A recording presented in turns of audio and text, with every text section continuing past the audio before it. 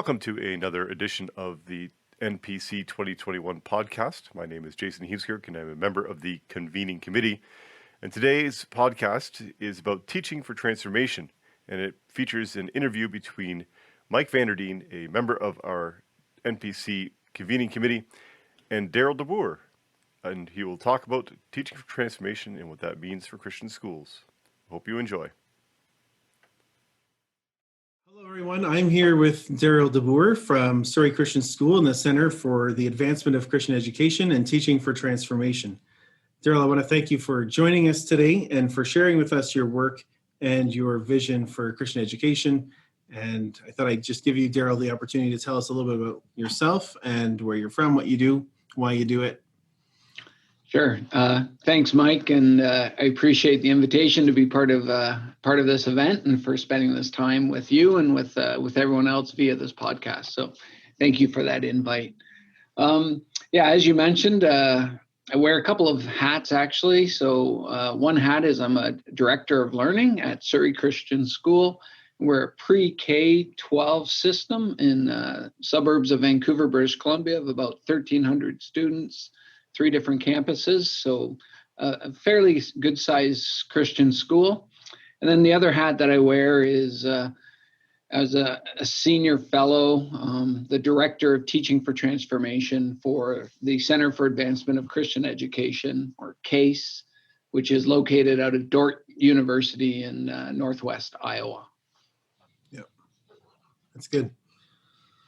I think I met you first when I attended the Deeper Learning Conference, the Christian Deeper Learning Conference in Texas. And you presented there, and you had some students there from Surrey that were with you. Yeah, that was actually just a wonderful opportunity for these students, for all of us actually. I think the highlight of the annual Christian Deeper Learning Conference is the student presentation, where they get to share a learning story of their adventure and journey into deeper learning. So we had, I think it was 5 students, 6th graders and 7th graders fly down to Texas and jump on the stage and share their story. It was a real highlight. Yeah, I can totally see that. They looked really happy, and they had great work to share with us. Yeah. But when I came home from that conference, and I said, these are the people that I met, and these are the people I sat in workshops from, my wife said, "Oh, Darryl DeBoer, he was the teacher at my high school in Hamilton way back when." And one of my staff members too had you as a teacher. So maybe just could you tell us a little bit about where you come from and some of your history and how you could be here in Ontario and then out in BC? Yeah, that's great. I love those connections. I grew up on a dairy farm between Ancaster and Brantford, Ontario, actually on the old highway number 2. So long before they put the 4-lane through to kind of skirt around Brantford, all the traffic used to stream by my house. So I'm sure actually some of the folks at this conference would have driven by my parents' farm. They still live there. So I'm a Hamilton or a Calvin Christian grad from Hamilton. And then I'm a Hamilton District Christian grad myself, back when it was in Athens Street in Hamilton, then when it moved to its new location, which isn't new anymore. And then after obtaining my science degree and going to teachers college, I spent my first 4 years at Hamilton District Christian High as a member of the science department. Those were lovely years. That institution means a lot to me, meant a lot to me as a student, and then it means a lot to me now as a teacher. But after 4 years, I couldn't ignore the nudging to go west any longer. I found myself heading out west every summer, whether it was backpacking through Alaska and Yukon. I did some grizzly bear research in the Rocky Mountains. And my mom's worst fear came true. She thought eventually he's going to come back from the West with the news that the next time he's not coming back from the West. And so I did. I made my way west. And that's probably going back now 23 years. And I continue to live on the West Coast. Nice. And so that whole time you've been at Surrey Christian School or in different places? No, a bunch of different places. Taught in Langley Christian, and then I got married. My wife's a community health nurse, and we spent a couple of years living in rural British Columbia on reserves. And then we went overseas, and I taught in India for a couple of years, international school. And then we started to have children. Our first child was born in India, and it was time to come home. The grandparents needed to see their grandchild. And then, a couple different Christian schools before settling in for the last 7 years at Surrey Christian. Okay. Yeah, really good. So you talked about your role at Surrey Christian School. You are the Director of Learning. Can you explain what that is? Yeah. So as the superintendent of Surrey Christian put it to me during the interview way back when, he said, when we go to bed at night, we need somebody not to be worrying about the furnace, not to be worrying about arranging substitute teachers, someone just to go to bed at night worrying about the teaching and learning at Surrey Christian School. And when they get up in the morning, they're going to worry about the teaching and learning at Surrey Christian School. So I've held that in front of me all these years. And I'd say in a nutshell, what I do is working with the team is we deepen our practice as Christian educators. So we put together a fairly robust system to support the ongoing professional development for our teachers at Surrey Christian. Okay. Now, what came first, that role at Surrey Christian or your role with Teaching for Transformation? Yeah, great question. So I guess the role with Teaching for Transformation came first. I was at a different Christian school in the Lower Mainland, and we were kind of grappling with the fact that we had prayer in the morning, we had chapels on Wednesday. But what about the English class? What about the science class? What about the history class? What about all those moments in between, these explicitly Christian moments, if you will? How do we ensure that these moments are connected to God's story, that the language that so often drips out of us around Christian worldview and all things belonging to God in every square inch? Well, how do we keep that promise? How do we live into that? And so it was in that grapple that kind of set me on a search, and I came across, it was a purple piece of paper. I still remember the piece of paper, and it had these 10 words on it called the through lines: servant worker, earth keeper, justice seeker, community builder, idolatry discerner, and then a single sentence descriptor. And when I saw that sheet, I thought, here's something we can work with. Here's some language now that I could bring to a science classroom, and it being about order discovering and actually justice seeking. And I can bring this language into my socials classroom and work with teachers there with this language. And little did I know at the time that where I thought I found the answer was actually just the beginning of a journey. And it just revealed so many more questions about how to make this come alive in the classroom. Yep, that's good. All right, can you give us just like an elevator pitch? So you've introduced us kind of how you found Teaching for Transformation, your role. So it sounds like somebody was starting that before you got involved. And Teaching for Transformation originates from Alberta and Edmonton. Teachers there years before I became part of TFT were grappling with this. Okay. And so just give us, so now you're the director of Teaching for Transformation. And so give us the elevator pitch. What is it in a couple minutes as a summary? Sure.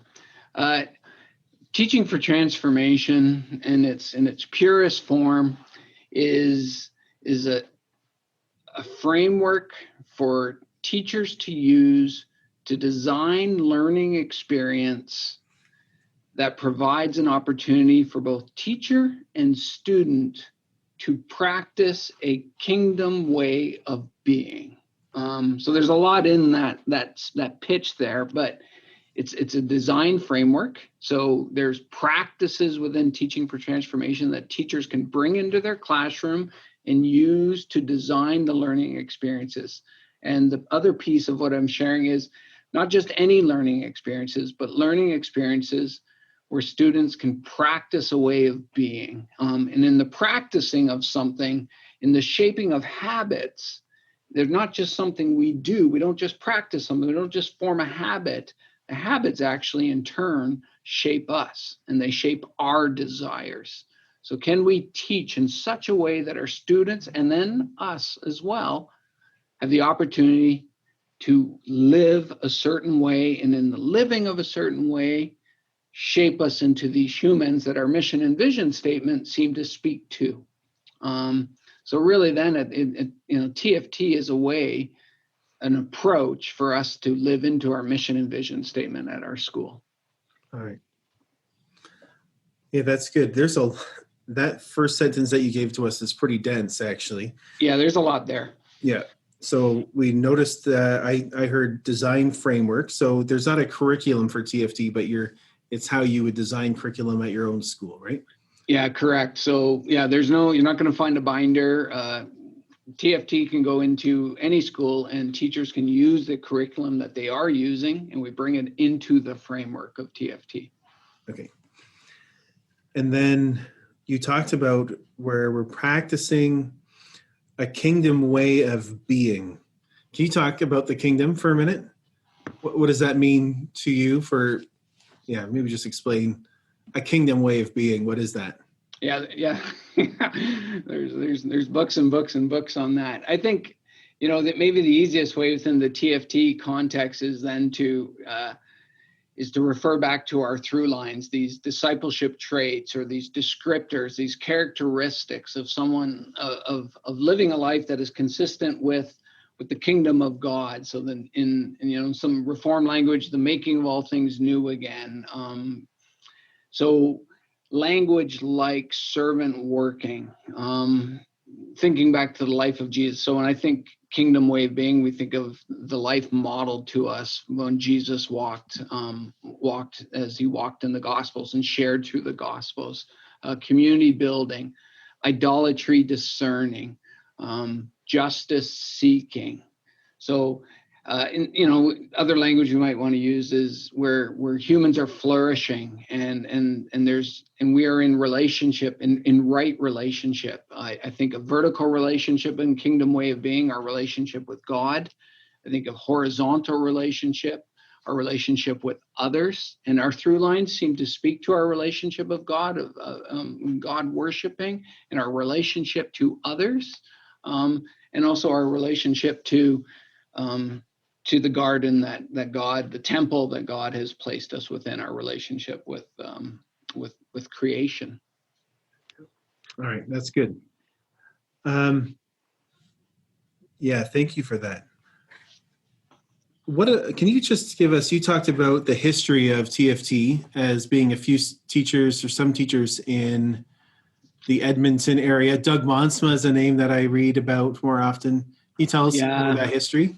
Yeah, the story goes, and I wasn't at the table. It's like missing out in the Lord of the Rings at the original table where they sat around before the adventure began, if you can imagine that scene. Yeah. And so six folks from Edmonton Christian,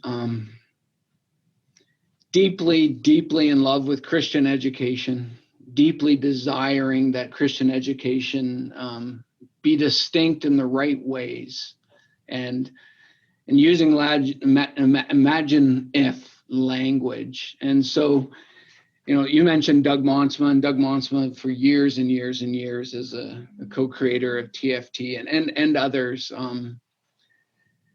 And so from that table, then trying to bring structure to it so that it can scale beyond the table, scale into classrooms. So classrooms, schools and classrooms across the Prairie Center for Christian Education were the very first Teaching for Transformation schools and classrooms.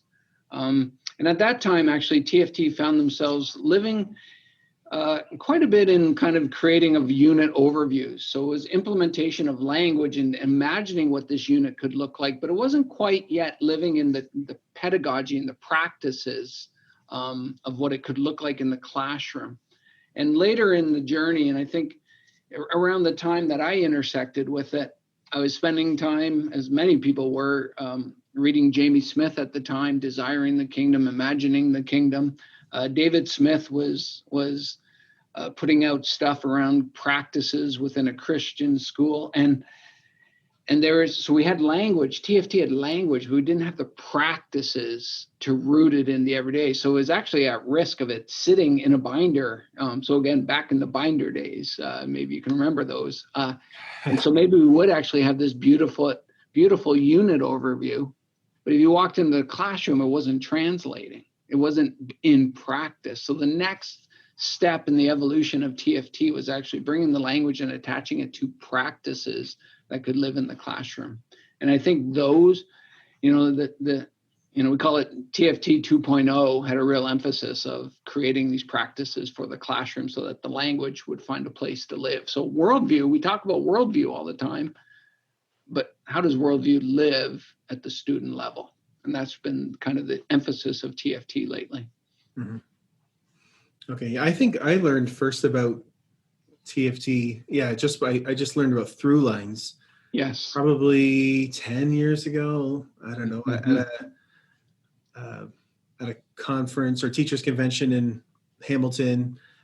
I think Justin Cook was presenting it and just through lines. And I was there with a colleague from the school where I was working, and we both had a similar reaction to you. It's like, wow, I think I could use something like this to help bring a deeper perspective, right? We were afraid of bookend Christianity in our units, where we teach at the beginning the perspective, and then at the end we ask a test question on it.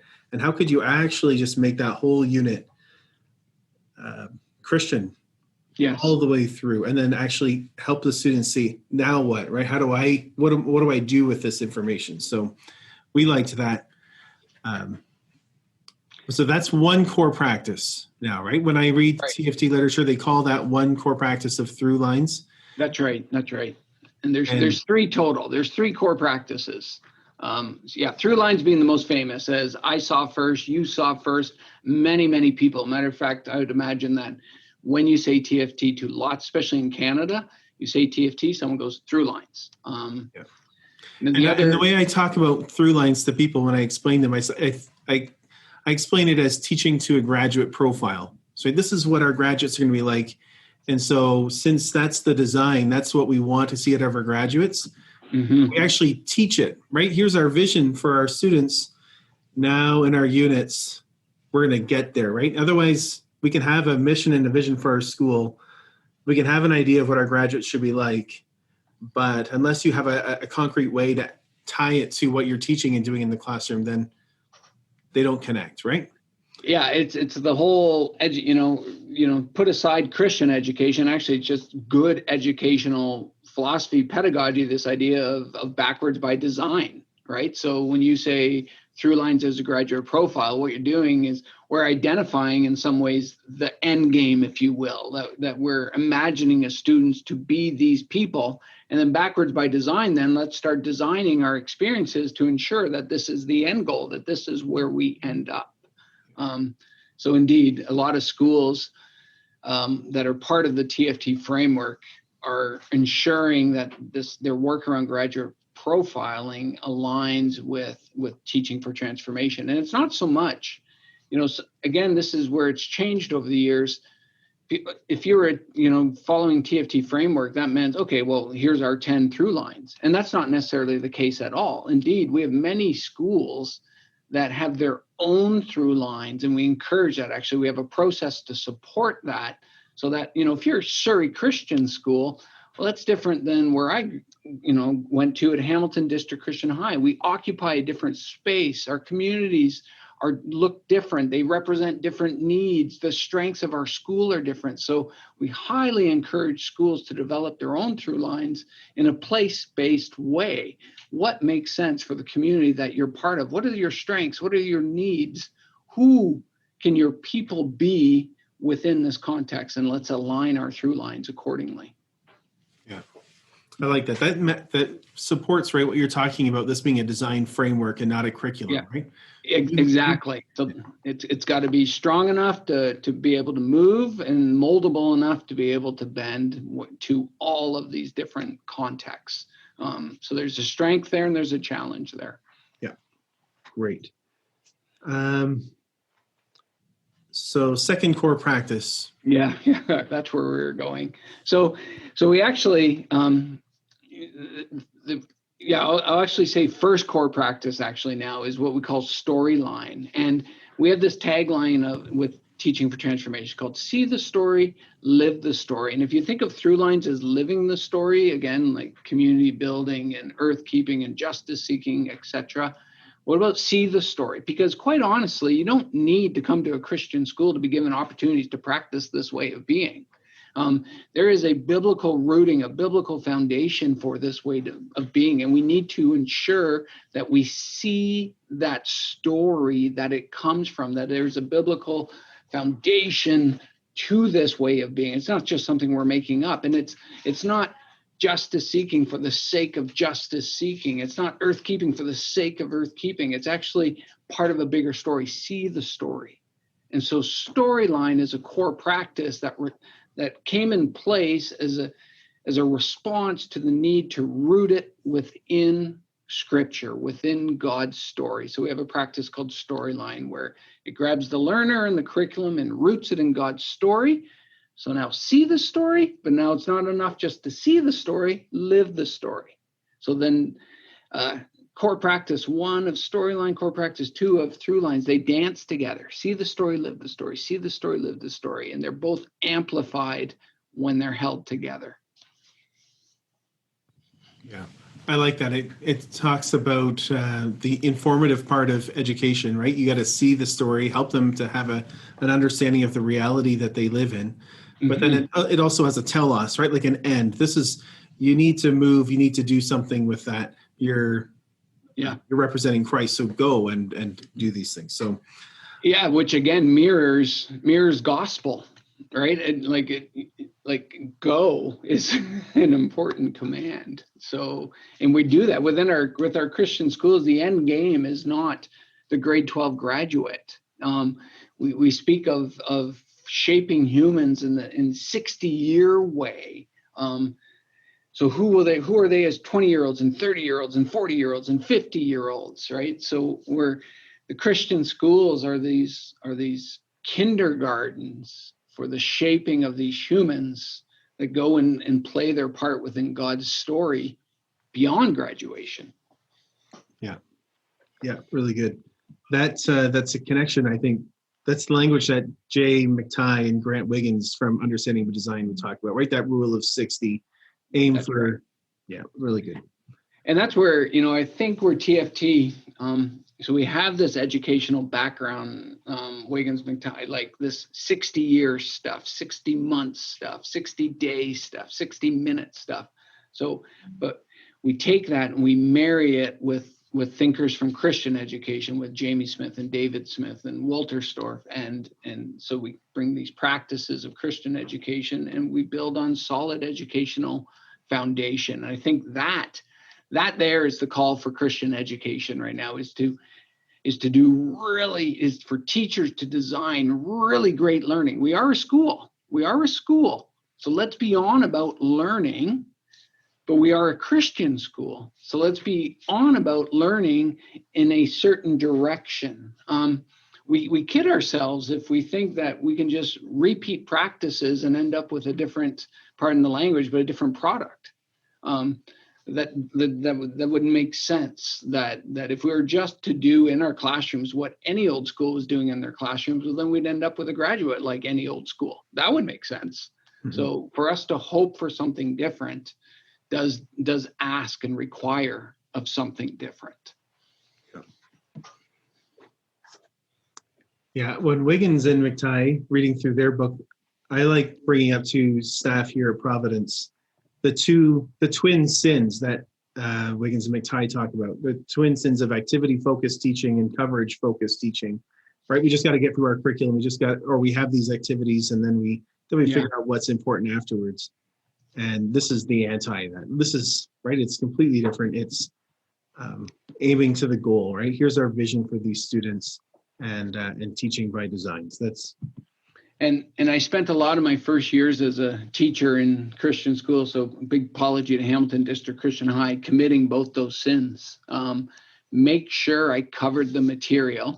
And, if I did it really well, I had a whole week left at the end for an exam review, and pat myself on the back. And I would, hey, good job, Daryl. You're doing a good job. You covered all that material. And if you were to come in my classroom, you actually, I think, would have found really engaging activities. The students were highly engaged. They were very active. But I don't know what I was inviting them into other than an activity. And I was covering my material. So years of guilty of those two sins. I didn't have a bigger picture, and I knew I should. I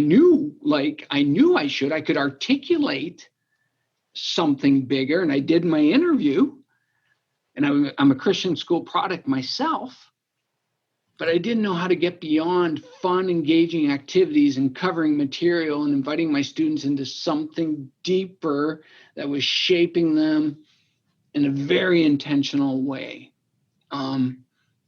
And I was a secondary teacher. And so, there's a narrative even at secondary that you've got to cover the material, right? There's lots of strong narratives at school. These two sins that are named of covering material and having engaging activities, these are strong narratives. And so there's a real tension, I think, for Christian school teachers to create space by which students can be shaped in such a way while also but we have to cover the material. And that is true. We do need to. So that's I think, you talk to a lot of Christian educators, they feel that tension. Yeah, I think that those twin sins don't just exist in some places, right? I think we see them in all different places, and that all teachers have spent time in that space. Yeah. Let's talk about the story. You were talking about this, see the story, live the story. When I read through TFT materials, I hear about creation, fall, redemption, restoration. Maybe in a minute or two, can you explain that? I think most people are familiar with that, but it's just worth some. Yeah. So when we look towards the Bible, this grand narrative that we see that the God has made the heavens and the earth. God has made all things, and the Bible clearly says that it is good. And in case we didn't miss it the first time, it'll say it again, and it'll say it again. And it is good, and it is delightful. Eden actually means delightful. So God has created this delightful earth. But we go on and we flip the pages and we know that it doesn't stay this way, that there is brokenness that enters into this picture. There, sin enters, disobedience enters. There is a casting out of the garden. There's this separation. But then immediately we're invited, the story again continues, doesn't stop there. And that's the beauty of being people of the resurrection. We are invited then for the story to continue, and now becomes a story of God's faithfulness towards us and the promise of his son. And Jesus comes, and walks among us. And because of the cross, there is the bringing together again, the invitation back into this wholeness, this flourishing, and we're invited until Christ comes to be part of that. That, as we already said earlier in this podcast, go and be part of the making of all things new again. And we work towards with this invitation to be part of the making of all things new again. So we find ourselves within this story. And our Christian schools find their purpose within this story. I find the role of the teacher within this story. My father, as I mentioned earlier, is a farmer. He finds the purpose of his life as a farmer within this story. So we want to invite our students. We want them to see so clearly that when they come into first grade or third grade or seventh grade, they're not just coming into a classroom. This is part of God's story. They're playing their part in God's story. And when they learn socials, they're playing their part in God's story. And socials has a role to play in God's story. And so while we speak to the 60-year vision of our students, but there's also a here and now, that there's certain work that only a kindergarten student can do, actually. That you and I, as these adults, we actually couldn't do it to the same extent that these kindergartners can do. So let's unleash them into the role they can play in God's story as kindergartners, knowing that we're going to be part of shaping them beyond graduation as well, and that story continues. So we want both teachers and students to understand that when they're in this classroom, when they walk into our Christian schools and our Christian schools themselves, and I think if you go back to the people that founded our Christian schools, this was the story that they were birthing our schools within. And so can we teach from this story? Mm-hmm. Yeah. We've made allusion, right, to Great Commission there to go. Matthew 28 gives us the 4 commands of go, make disciples, teach them, and baptize them, right? So there's the 4 commands. It's still God's work, right? We would say that we never do this, right? We're not building the church or building the kingdom, but that the Holy Spirit does it. And then also the cultural task, right? The cultural mandate of Genesis 1 that I think as the Kuyperians here would Yes. recognize that also is an important part of what our task is. Mm-hmm. And God calls us to be faithful yet to that task. And of course, he builds his kingdom. And of course, we wait till the end day when he makes all things new. But that doesn't mean that he doesn't say, stop working and just wait to the end, right? Be active. So. Yeah. And to help us understand, like, to make disciples, well, what is some of the original language around through lines, for instance, they're discipleship traits. Like, that's actually language before through lines emerged, right? So what does that mean to be a disciple? And for me, I'm 48 years old and I'm still grappling with that and trying to figure this out. What does my life look like as a faithful disciple of Christ? And our 5-year-olds are wondering that, and our 12-year-olds are wondering that. And I think that's part of the beauty of the through line language. Actually, it helps us to understand what this can look like, how our life can be consistent with the go. What does that look like? Oh, that's what that looks like, because we have a sense of who we are and the purpose we're made for, and whether that's going to be my father, the farmer, or Daryl, the teacher, that role itself doesn't define my discipleship. I get to be the disciple within those roles. And so helping our students understand that. Give language and provide experiences, because if you practice that, it shapes the desire to become that. All right, thank you. I think we should keep moving. Let's talk about the third core practice. Yeah. So our third core practice, and it really does lend itself to Jamie Smith. We call them formational learning experiences. And it launches out of this from Jamie Smith and Desiring the Kingdom. The primary purpose of Christian education is the formation of a peculiar people, King James language of peculiar. And what do we mean by peculiar people? And James Smith goes on to say, a people who desire the kingdom of God and thus undertake their life's expression of that desire. So Flex, then, these formational learning experiences, we want to provide opportunity for students to, again, practice this way of being, to shape desires. So, okay, what does that look like then? So, and this is us now really saying, hey, it's not good enough to just talk about it. Like, hey, students, you really should think about God worshiping. Well, let's practice God worshiping then, if it is. And then, anyway, so we need to bring, okay, what does these formational learning experiences look like? And we hang it on a bit of a tagline, real work that meets real needs for real people. So we want to invite students into participating and learning. And again, there's a beautiful and both happening here. One, it's going to be highly engaging learning experience, but B, it's going to be completely consistent with seeing God's story and living God's story. Okay, so it's good pedagogy and it's great kingdom stuff. It's not either or.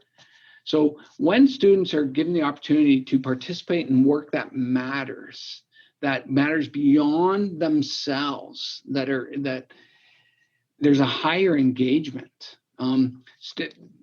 We have Stephen Levy. I know he's one of the presenters, and he was part of creating this hierarchy of audience where he says, listen, the least motivational audience for a student is to provide work to a teacher for the purpose of completing an assignment. What's the grade? They'll play the game for sure, but it's not very motivational. But as your work starts to matter beyond yourself, and actually my work is going to matter to someone else within the school. My work's going to matter beyond my school wall. My work is actually going to be give feedback from an expert who's actually really good in this area. Oh, well, let me just wait one moment. Let me actually do another draft of that. Actually, no, I'm not quite done. Who's going to be seeing my work? Oh, never mind. I'm going to keep practicing.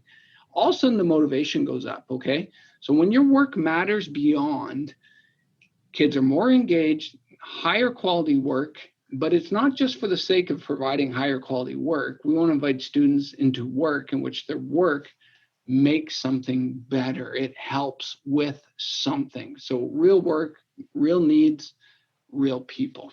So that's the third core practice. And it kind of brings together everything into one beautiful, messy learning story. Yeah, and designing all of that, that takes a lot of work, I'm sure. We'll talk about professional development and what that looks like a little bit later. I want to talk about Jamie Smith more because, I mean, you've talked with him a whole lot. And I have a couple of his books here on my desk. He has You Are What You Love. I have You Are What You Love here. And he dedicates a significant portion of one of his chapters, Teach Your Children Well, to TFT in that book. You're mentioned in that chapter. Can you just tell us, what's the interaction between you and Smith in the writing of that chapter? Did he start this and you guys responded, or did he say, hey, you know what, I found TFT, they're doing what I'm talking about? Or great. So Desiring the Kingdom, when he wrote Desiring the Kingdom, I'd come back from India, and so part of it is actually my own personal journey of how this intersects. So not only intersecting with TFT, but I'd mentioned before, my wife and I lived in rural BC on a couple of First Nation reserves, and then we went to India. Yeah. And I was emerging from this experience and a new father, different than I went into it, which speaks actually to teaching for transformation. There was I was coming out of these environments where there was an urgency to education. And I was coming back into Christian education, and I was dissatisfied, to be brutally honest. I was disenfranchised. I was like, oh, why don't like I have the opportunity here to do Christian education and name it so. There was no urgency to it. And so I didn't know what to do with that. And then Jamie Smith, Desiring the Kingdom, and again, I'll say it again, the primary purpose of Christian education is the formation of a peculiar people. People desire the kingdom of God and thus undertake their life's expression. And that's like page 17. And then he goes on, what if Christian education is more about information and the saturation of the intellect, but about the opening of the imagination? And his words were just jumping off the page and hitting me straight in my heart. Like, yes, what if? And why isn't it? And so I was having my own personal, like, oh my word, what is going on? This can't just be about repeating the previous year. This has to be something more. And so Jamie Smith in Desiring the Kingdom was just painting this picture about the potential impact of Christian education, while also alerting us to the liturgies and the competing stories that have slipped into Christian education. But at the heart of it was we can educate. He was telling us we can educate for the heart. We can go for the heart. And in the heart, we are created to be these desiring humans. And if we're just giving them language and worldview, and we're not going for the heart, or these desiring students, we might miss the boat here. Yeah. And so I was pestering him a lot. It was really resonating. And I was like, okay, well then how do we do this? And he's like, yeah, how do we do this? And so teaching, it just had a lot of good stuff in there at that crossroads where TFT was then asking the question, we have language, but what about practices? So Jamie Smith really intersected in that moment of time, urging on the creation of practices that would shape desires. Yeah. I also read that book, a number of years ago, and some of those same things jumped off the page for me, right? Mm-hmm. He talks about teaching brains on sticks, and that our classes can just be like that, where we have this reductionist view of our students as being cognitive beings and not affectionate beings. So we just open up their brain, we put information in, and then we expect that they're going to be, great people. But that's it's not an education can't be first and foremost an informative project, but a formative one.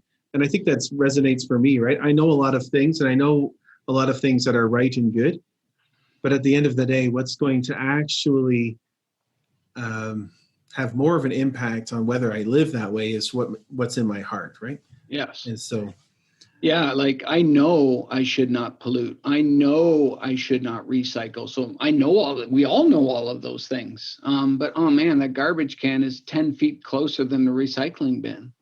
So what is it going to create that desire in me to walk that extra 10 feet? I know what I should do, but what do I want to do? What do I desire to do? And then those flex activities really help students. They experience it. It shapes heart, right? Where it was in their head, but now they're doing it. And they're like, oh yeah, this is good, right? You're living a story, and it's good, and it creates a love, and you do it again. And the students get that feedback. I think of a story that's happening right now from this lovely Christian school, Allendale Christian School in Michigan.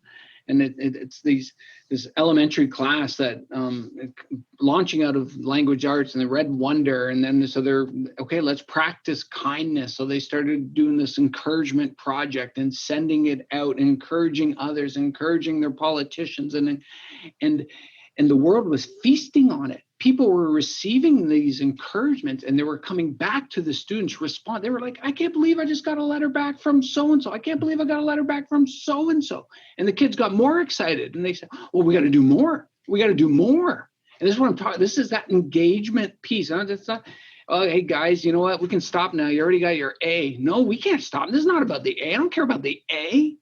We have important work to do here. And this project now is 5.5 months on, and it's just like, it's rolling now. Like news people, like they're on the evening news, and news stations are coming in, and then now other people, like the teacher, they were on the evening news about a week ago, and then they got a letter from a third grade classroom from a public school down. Hey, we're going to do what you guys are doing next year. We want to be part of this too. Beautiful. And it won't stop, because this type of education, and I think Christian education has so much potential to be this, to be attractive, because I think that's what it is. Kingdom stories are good stories. They're attractive stories. People want to be part of this. And these students are experiencing this, and they will never be the same again. Yeah. And as 30-year-olds and 40-year-olds, they will have this story that shaped them and set them on a course.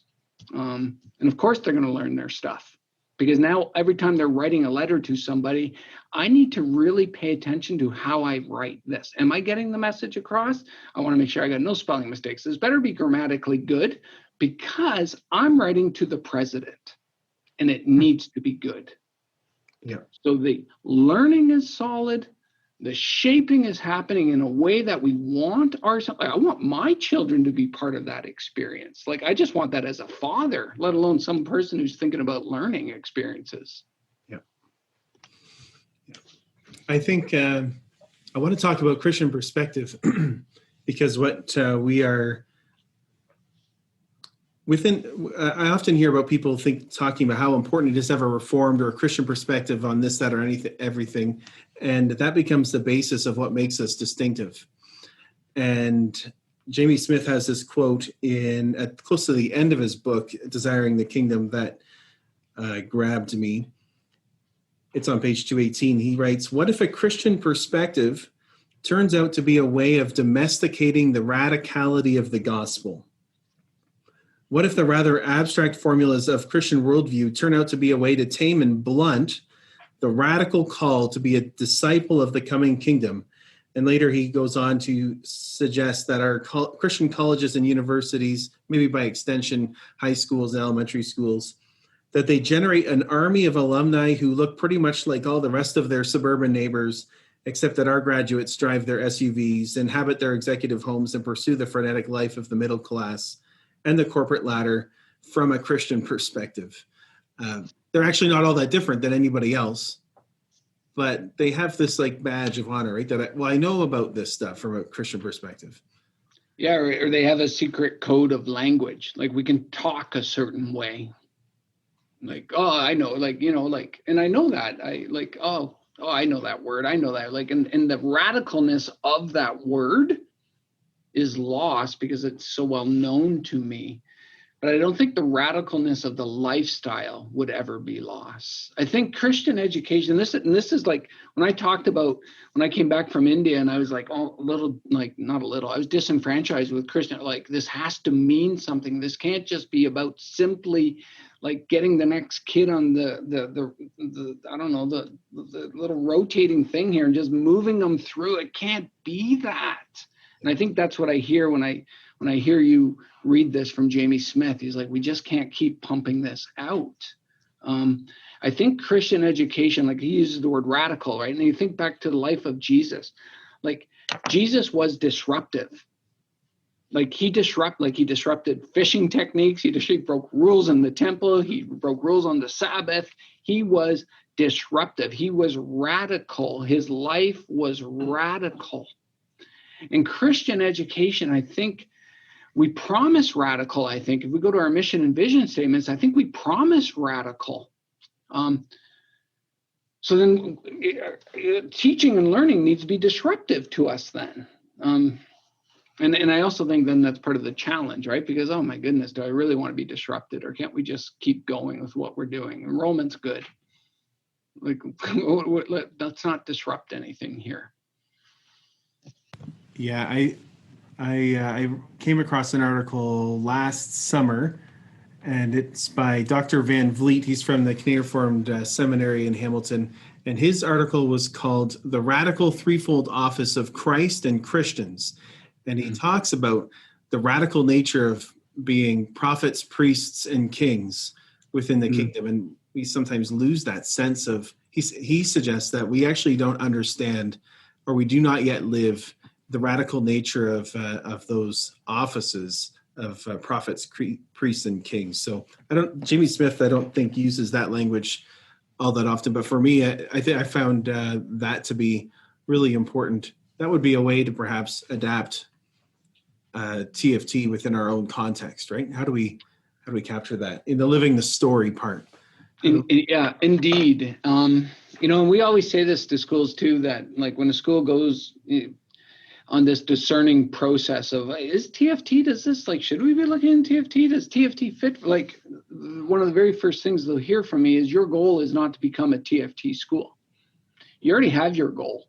You have your mission. You have your vision statement. You have a bunch of identity things in place. You've stated your purpose as a Christian school.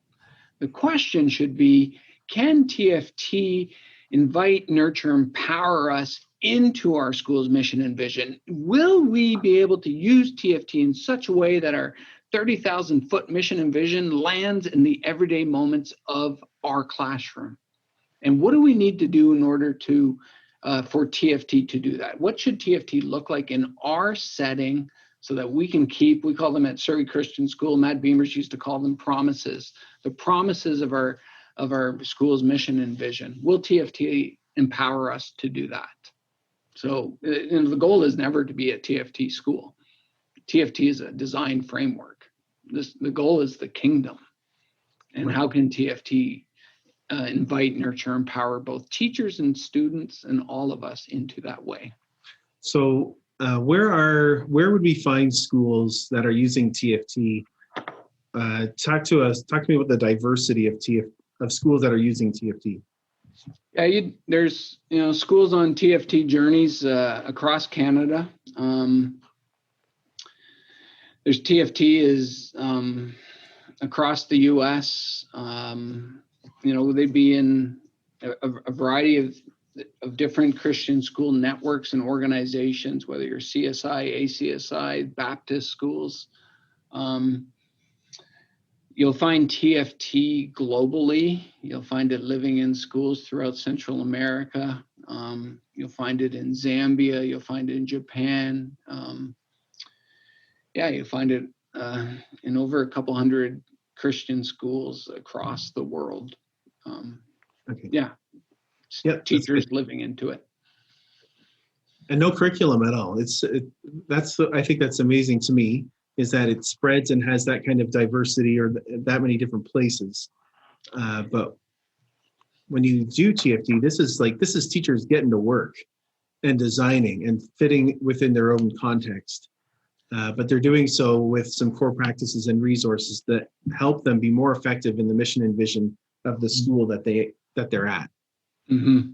I think it's actually, so there's two thoughts that come to mind as you say that. One, that TFT, you don't find it in a book because, quite frankly, it's still growing and evolving. And that's been the beauty. Like, TFT today is different than it was 3 years ago, and is way different than it was around that, when the first people emerged from the table in Edmonton. And we expect TFT to be very different 3 years from now. So we can't bind it because it's not done yet becoming what it needs to become. And part of the beauty of that is because every time a school goes on this TFT journey, they're invited to contribute to it. So TFT also is responding then to the schools that are on the TFT journey, and we're learning new things. And because it positions teachers as a designer, it also activates something that leads to the next version of the next steps of TFT, because teachers are, like, I never pictured myself as a designer of learning when I became a teacher. That wasn't like I was hired to become a science teacher. I fooled myself and said I was a science expert. It took me a lot of years to realize I wasn't. I knew a lot about grizzly bears, but not much about the cell, definitely nothing about friction. But I taught all those things. And we're told this, you're this expert. Well, that's not really true. And what do I do when I'm now this science teacher that hasn't actually been in a lab with a scientist for 23 years? Am I really this expert? So then who am I? Well, what if, regardless of kindergarten or grade 12 physics, the role of the teacher is to design formational learning experiences? Can you imagine yourself as this creator? Now, if I'm inviting teachers to become designers and creators, of course TFT needs to respond to that, because you're having all kinds of people part of TFT that see themselves as designers and creators. Well, that's going to impact TFT. It's going to continue to shift it. And it's the beauty of it. It's incredibly aggravating sometimes, because I've yet to be able to walk in the same professional development session and pull out my previous session, because it has changed since then. Nice. But it's beautiful and exhausting because of that. And we continue to bring in the new, we don't use language of best practices, we're using language of next practices. Because education, here's the other thing, it's a research-based profession. People are learning all kinds of things about learning and the brain and human development, social, emotional, and COVID has introduced all kinds of new learnings. Yeah. So we want to be responsive to that. So it's a framework for design. It's not a curriculum. I wouldn't know how to make it a curriculum. No, that's right. I bring that up just because I often, when I taught, I didn't have an administrative role, and I would be with teachers when something new would be introduced, and teachers would say, "I just give it to me, right? Give me the binder, give me the curriculum, right? I'm the teacher. Somebody else does this work." And it's too much. But what I have found with staff, when we've talked about designing curriculum and designing learning experiences, that when you give to them structure and support and some inspiration, that nobody backs away from that work, right? If there's capacity for it, they get excited about this, right? Because suddenly this provides depth and meaning to what's there. I want to jump to the next point of mission and vision. You've talked a lot about mission and vision.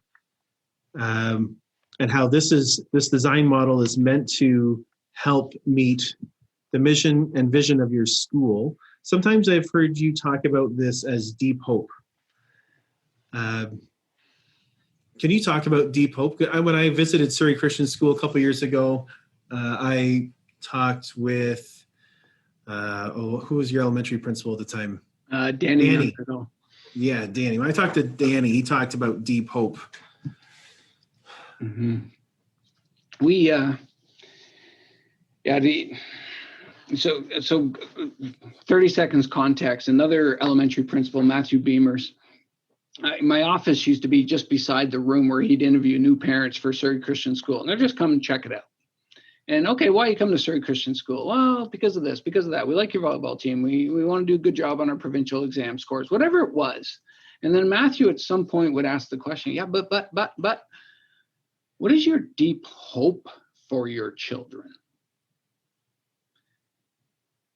And everything just changed in that moment. It was no longer about test scores. It was no longer about being on the volleyball team. Those are actually born out of fears. They wouldn't get high enough marks. They wouldn't be right on the right teams. They were deep fears. They weren't deep hopes.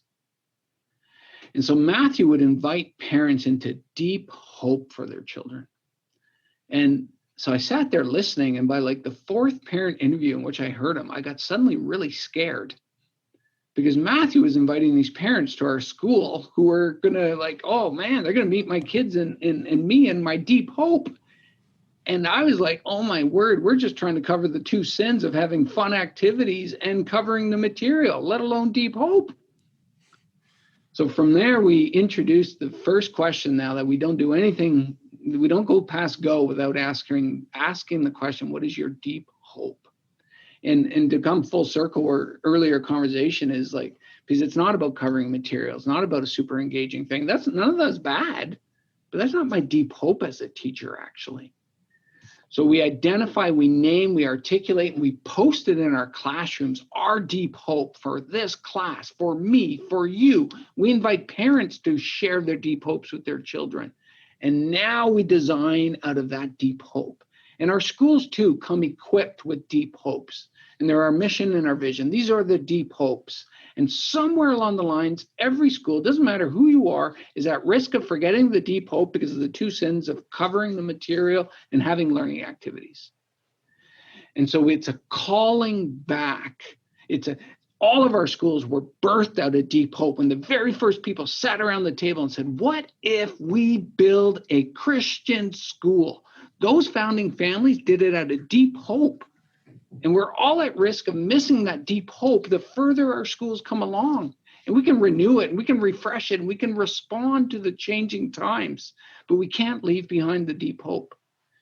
And I, as a teacher, was in danger of leaving behind my deep hope by the end of September every year, because then I fell into my pattern just covering the material. So we want to live in our deep hope. We want to be explicit about it. We want to remind ourselves of that. We want to post it into our room. We want to generate artifacts all year long of evidence of living in deep hope, because we keep that North Star in front of us. We keep that telos in front of us. It's the first thing we do, and it's the ongoing thing we do, is our deep hope. So how do you make deep hope visible at Surrey Christian School? Yeah, there's a practice within Teaching for Transformation attached to Storyline where there are storyboards. And so we start with posting it, inviting students into it. We name it, but then we can craft learning targets that connect our curriculum to our deep hope. We can craft learning targets that connect curriculum to God's story. And then when we invite students into generating artifacts or evidence of learning, those artifacts, evidence of learning, sometimes we used to call them assignments, are evidence of us living into our deep hope. It's an assessment practice, actually. We can look for evidence of this, and then we post them again. There's just a wonderful story out of a TFT school in Minnesota, Chaska, Minnesota. And there was a lady invigilating an exam in one of the classrooms of one of the teachers. It was a social studies history classroom. And so she's invigilating the exam, walking around, and we have these storyboards on the wall. And she left a note on the teacher's desk at the end of invigilating, and I'm just going to read it here. Give me a second. I'm currently in your classroom proctoring the ACT exams. I've basically been walking circles around your classroom all morning. I just wanted to let you know how much I appreciate the posters around your room that recognize the blessings and cursings of U.S. history and encourages coming alongside Jesus and restorative work. As a Black Christian woman who struggles with what is being taught to my children at school, particularly in history, and is passionate about telling and learning the truth about our collective history and responding and understanding, compassion, self-reflection, and action, I just wanted you to know that these visuals alone encouraged me and go a long way in making students of all different cultures, backgrounds, and experiences feel that they are seen and that they belong. So there's practices that can ensure that this teacher's deep hope comes alive within the room. And it was obvious to a visitor to the classroom as to what the deep hope of this teacher was in the context of being a social history teacher. And I think that's it. I think Christian schools are invited to play this role within our community, that the community, even I don't send my kids to this Christian school, they look at us and they see something different is happening. They're living into that mission and vision. It may be our community that notices we are Christian schools. It may be our community that labels us as Christian schools.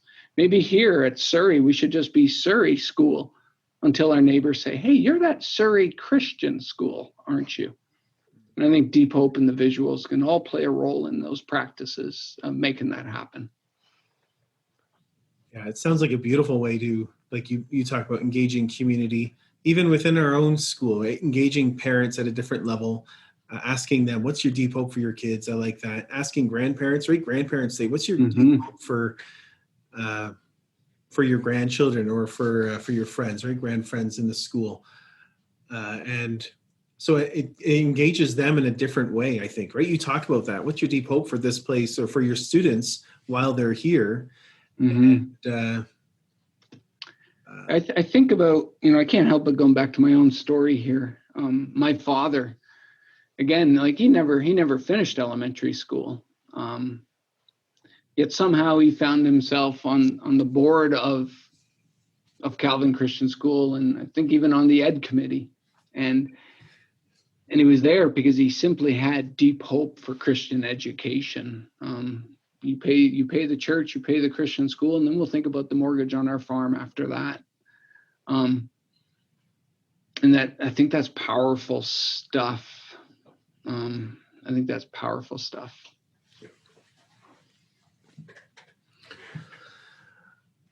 I can't simply just arrive at work and not be intentional about my day when I think about these people that started our Christian schools. I think about my dad. I can't. I have to go in there and think about learning in such a way and designing learning in such a way that is kingdom oriented. I have to. Yeah, it elevates us. It gets us out of those two sins of activity. It provides a whole depth of meaning that's easy to forget when you're in the day-to-day. All right. Disruptive, highly disruptive. That's the question next is just, can you tell us some stories? You've told us a few, but can you tell us a couple more stories about the impact this has had on students, teachers, parents, communities? So you told us one about what's going on in Michigan.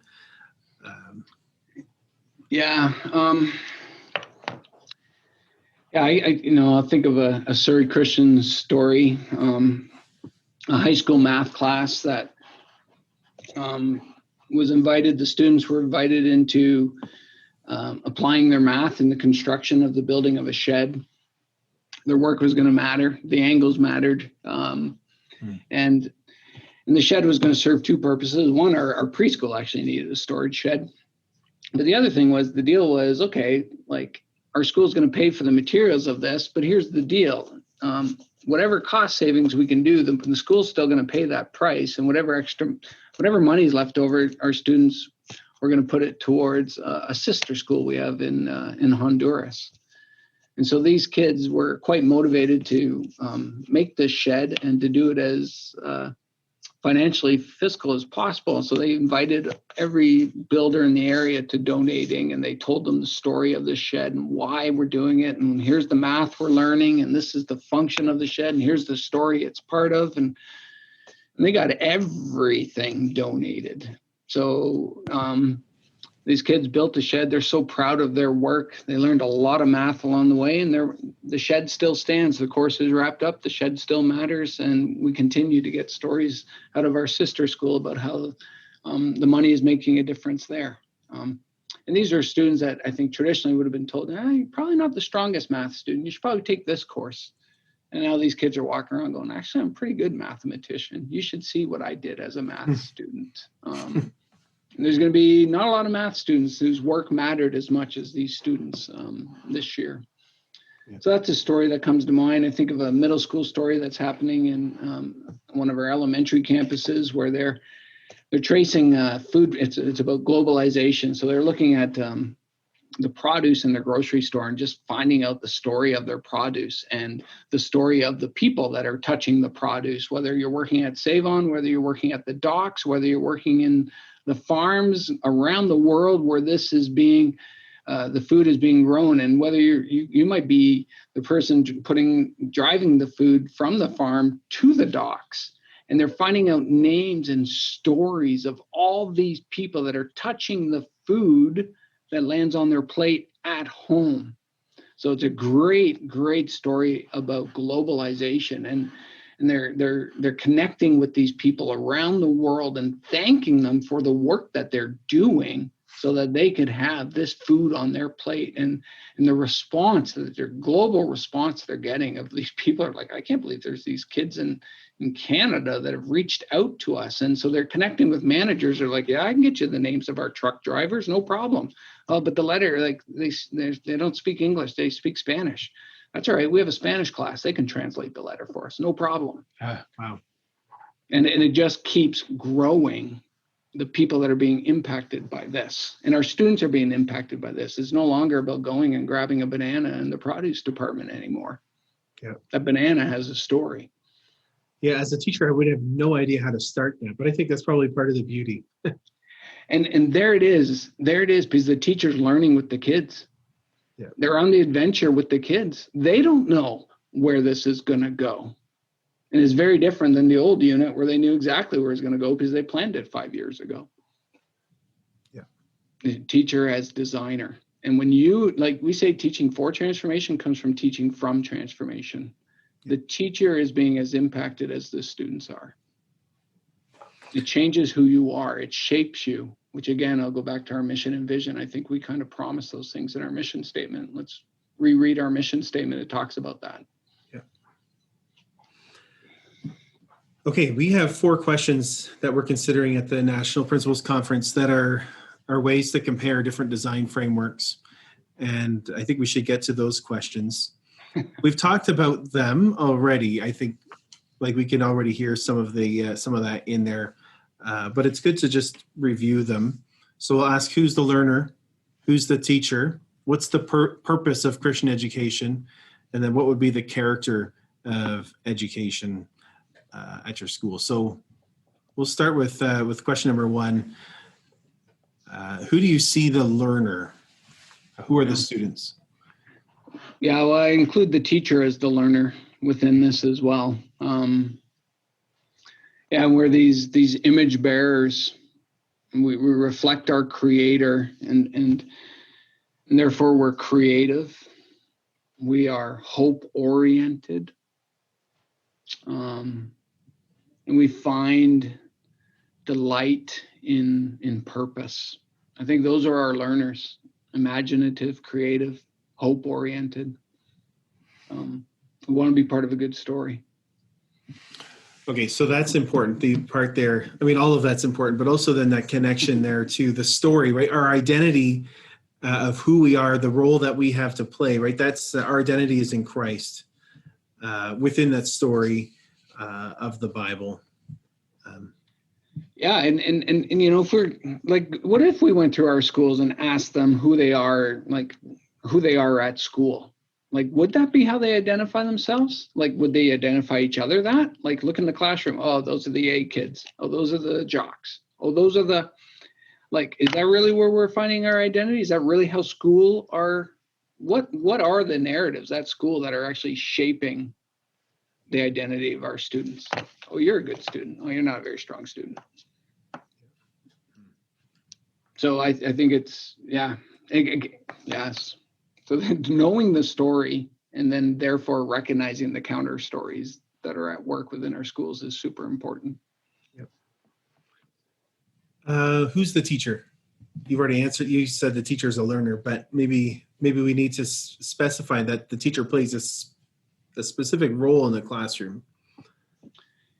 The role of a teacher is a designer, a co-journeyer, not necessarily out front with students. I also think the teacher, this goes back to teacher as learner, like there's lots of times where actually my job as teacher is to actually facilitate. I'm a facilitator. I bring in people. I can tell you about the cell. You could all tell me the mitochondria is the powerhouse of the cell. We all remember that. But I don't think I know much more. And I'm a science teacher, and I could put 10 lessons together on it. But what if I brought in a cell scientist? And actually, there's no such thing as a cell scientist. They'd actually be specializing in the nucleus. And actually, they'd probably specialize in the nucleoplasm. Actually, they'd probably specialize in the proteins of the nucleoplasm. So why don't I bring those people in? Those are the teachers. My community is the teacher. The truck driver bringing the mango to the port is my teacher. So let's connect our learners with all of these teachers. Yeah.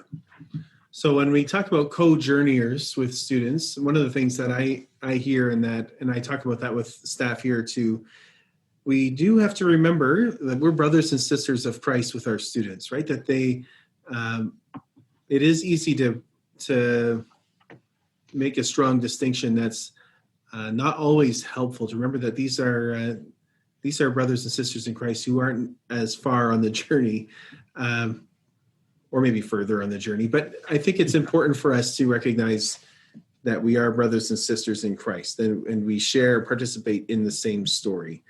Mm-hmm. One other thing that we talk about here, and I think some of our listeners will recognize this kind of language, that we desire for our education to be Christ-centered, teacher-directed, but student-oriented. Mm-hmm. Does that resonate? It'd be bad if I said no. So yes, I'm a big fan of learning-centric classrooms. Like you often hear, we all know what a teacher-centric classroom, and we can all be quick to say that's a bad idea. And a student-centric classroom, but I'm not necessarily a big fan of student-centric either. I think all of us receive enough information about the world revolving about us. What happens if it's learning-centric? And then the teacher and the students find their role within this learning-centric classroom. And now let's talk about what it means to be a learning-centric classroom within a Christian school. So I think it's learning-centric, kingdom-rooted classroom. So I think there's some connections to the language you use, and maybe it's just semantics, but it does resonate with me. I'm just sharing kind of how I view it in some ways. Right. I think that's really interesting and helpful. I like that you point out that the whole world just can tell our students it's all about them. Let's get our eyes off of that, right? So focusing on the learning. I think the reason why I asked that question is just in relation to who is the teacher. Mm-hmm. It's important that we see that the teacher is the designer of learning, mm-hmm. and this kind of education doesn't make life easier for teachers, right? It's not that they're to actually design effective learning with this kind of a framework takes a lot of work. It takes a lot of organization and a lot of direction. So, from teachers, I think teaching does anyways. I think that statement is true no matter what type of classroom you're setting up. And no doubt, adopting new practices and changing habits takes a lot of energy, and that's hard. Change is hard, and that's not teaching thing. That's actually just a life thing. But once, like I used that middle school example or the high school example of the teachers working with the students building that shed. They're jazzed. Like the teachers are flying. You get feedback on how this learning matters, you're good to go. You're energized. So indeed, it takes energy and time and craftsmanship. That's why I think teachers are designers. It takes craftsmanship. Teaching is an art. But when you're riding in an adventure like that with the kids, you're jazzed, and it's life-giving. Yeah. Good. What is professional development? I said we would get to this one. What does professional development look like for teachers?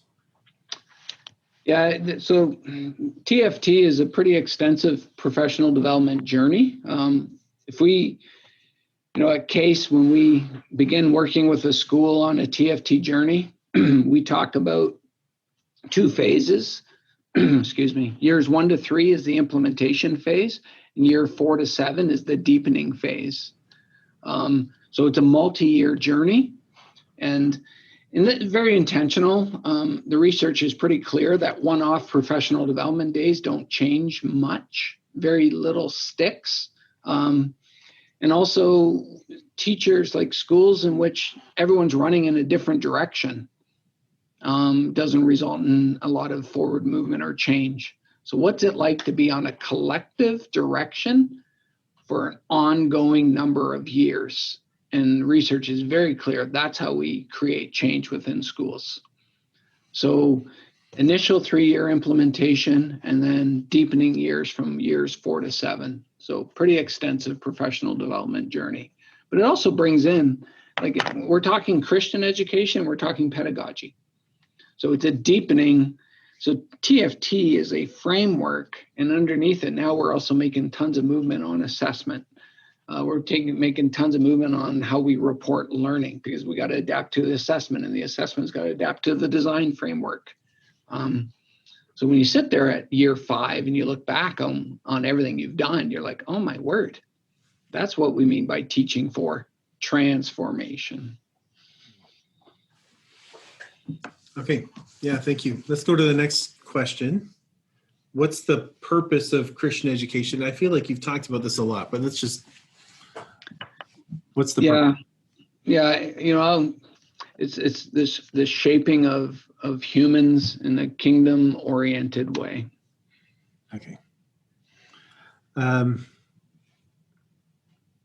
You talked about Jamie Smith, and he has his own definition, which sounds pretty much the same, but you've just summarized it. He talks about peculiar people. I think it's, you mentioned also that that's King James language. I pulled out my Bible when you said that, 1 Peter 2:9.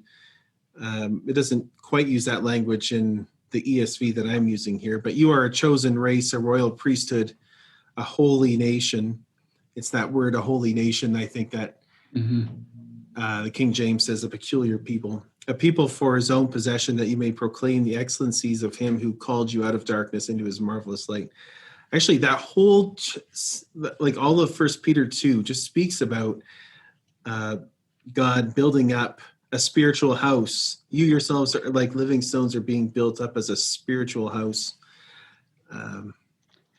And he speaks through, it's just a beautiful chapter. So for those of you who are listening, if you want to know what Jamie Smith, when he's using peculiar people, he's getting that language right out of 1 Peter 2. We've had conversations around that, because peculiar is not necessarily warmly received by people. There's a lot of negative connotations with the word peculiar. Like, why in the world would I want to be peculiar? So I've asked Jamie, you could make my life a lot easier if you'd used a different word. You didn't want to lose the essence of the passage that you just shared, right? And if we, like this idea used, like you just read, we are living stones, like, and that's a reference to the temple. Like like these living stones, like the old temple has fallen away. We are living stones of this temple, which again is pointing back to creation. To Eden was this original temple. The earth is this temple for God. And we too have God indwelling within us. We are these living stones, this peculiar people. Well, if that's who we are, and then what does that look like? And that's why, Jamie, I think that earlier passage, right? Well, then how can we look the same? It doesn't make sense we'd look the same. We can't just speak different. We got to kind of look different. We're living stones, for crying out loud. Mm. Yeah. You got to find a way to learn to love that peculiarity, right? Yeah. Okay, the last question here is about what's the character of education.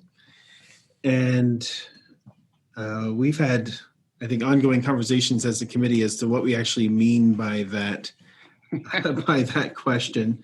Good. That was going to be my question. What do we mean by that? Yeah. So I like the way Jason, in the last podcast, when he was talking with Stephen Levy, he asked Stephen at that time, okay, if you were able to start a school from scratch, if you were designing your own school, what would it look like? What would be important? And if a visitor came into the school and it's established and it's functioning and it's beautiful, what would actually that school, what would they note and take away as really important? Yeah. So first of all, Stephen Levy was designing a school. I'm going to that school and I'm sending my kids to that school. So I just want to be very clear about that. Yeah. What a man! What a beautiful man.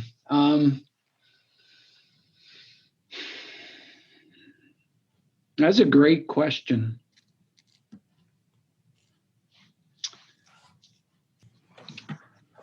I think I'd want them to notice how we use space and how we use time at this school. And when I talk about space, I mean the different settings for learning. And I think in my ideal school, it wouldn't be separated by classrooms as much as it would be created for different spaces that meet the needs of different learning. And so I, as a teacher, would design my learning experience for the day, and based on the type of learning activity, we would go to a certain space that would facilitate that. So maybe the activity is about generating ideas, and I'd want some sort of like collaboration incubator type space where we can use walls, we have access to some technology, that there's tables for collaboration and speaking.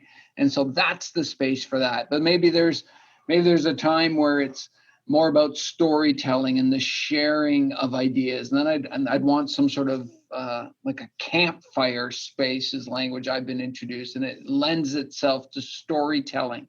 And then sticking within this language, there's also time for the sharing of ideas, or mountaintops. I'm going to shout it from mountaintops. And then we have spaces that are set up for the presentation of ideas. We have something important to share here. So depending on the learning activity is the type of space that we want to go to. More language that I've been introduced to is a cave. And a cave is more individual focus. It's quiet time where actually I need to withdraw from noise. I need some solid time on my own. And then we have cave spaces available. And you can think of a school and providing all these spaces throughout, and then teachers selecting into them. So I think I'd want people to notice how we use space and how space and setting supports learning. And then the second thing is around time. How do we spend our time? And I think as a starting point in this school, you're not always at school. You would build in time, and you would have rhythms in place where you leave campus, because there's so much teaching and teachers and experts available beyond the campus. And so part of our time would always be moving off of campus. I think I'd want them to notice that our time wouldn't be 40 minutes and then a bell, and then 40 minutes and then a bell. We would chunk time differently again, depending on the learning activity. So fluidity in how we move throughout our day in a time way and in a space way. Okay, well, thank you very much, Daryl, for your time and for all of your work in Christian education, your roles within Surrey, but also I really do thank you for the time that you spend with Case and having an impact beyond Surrey Christian School with the Christian Deeper Learning Conference and Teaching for Transformation. I thank you for that work. So, and for your time with us today. Thank you, Mike. It's an honor to be invited into this conversation, and I just thank you for that. Very good. All right. Thank you to our listeners also for joining us today, and if you stayed with us all the way to the very end. And we are looking forward to our conference in September, Reformed Education on Purpose. We hope that this podcast has been just a helpful introduction to you about teaching for transformation. Thanks again to Daryl for joining us today. And thank you for listening. Can't wait to see you in September. Take care, everyone. Thank you once again for listening to this NPC 2021 podcast. We hope you enjoyed it and you were informed by the conversation. And we look forward to seeing you all in September of 2021, Lord willing.